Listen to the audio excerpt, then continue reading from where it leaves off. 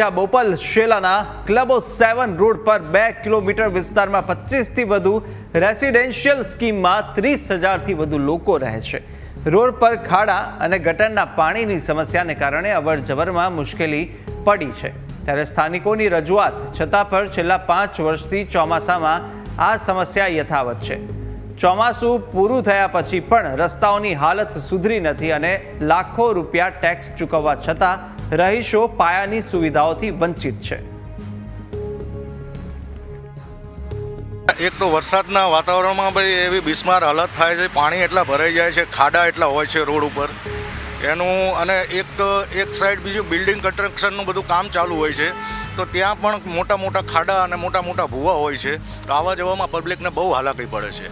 અત્યારે હું પોતે શેલાનો નિવાસી છું અને દિવસ દરમિયાન અહીંયા મારી અવરજવર બહુ વધારે હોય છે બાઇક ઉપર, અને અહીંયા જે અત્યારે શેલા વિસ્તારમાં જે અત્યારે કન્સ્ટ્રક્શનની બધી સાઇટો ચાલી રહી છે, લોકોની અવરજવર છે બરાબર, તેમ છતાં પણ અહીંયા કોઈ રસ્તાઓમાં સારું છે નહીં, રસ્તાઓ બધા ઉબડખાબડ છે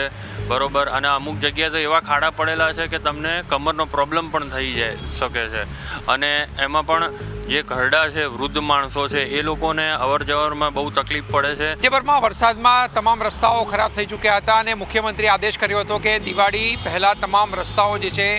તેનું કામ પૂર્ણ થઈ જવું જોઈએ, તેમ છતાં પણ પરિસ્થિતિ જે છે તે ઠેરની ઠેર જોવા મળી રહી છે। અમદાવાદના શેલા વિસ્તારમાં અમે હાલમાં ઉપસ્થિત છીએ અને શેલાના પણ રસ્તા આપણે બતાવશું કે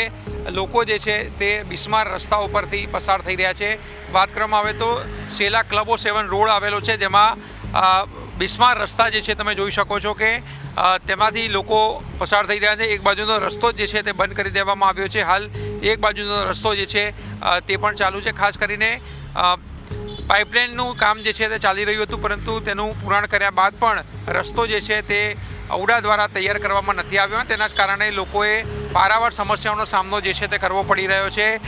અત્યારની નહીં પરંતુ છેલ્લા ઘણા સમયથી આ જ પ્રકારનું વાતાવરણ અહીંયા જોવા મળી રહ્યું છે, કારણ કે ગત વર્ષે પણ એક પ્રકારના વાયદા જે છે તે કરવામાં આવ્યા હતા કે વરસાદ બંધ થશે અને ત્યારબાદ તમામ લોકોને નવા રસ્તાઓ મળશે અને ક્યાંક ને ક્યાંક લોકોને સમસ્યાઓથી રાહત મળશે, પરંતુ આ વર્ષે પણ પરિસ્થિતિ જે છે તે ઠેરની ઠેર જોવા મળી રહી છે અને હજુ સુધી તેનું કામ જ જે છે તે પૂર્ણ નથી થયું। ક્લબો 7થી લઈને એસપી રિંગ રોડ સુધી તમામ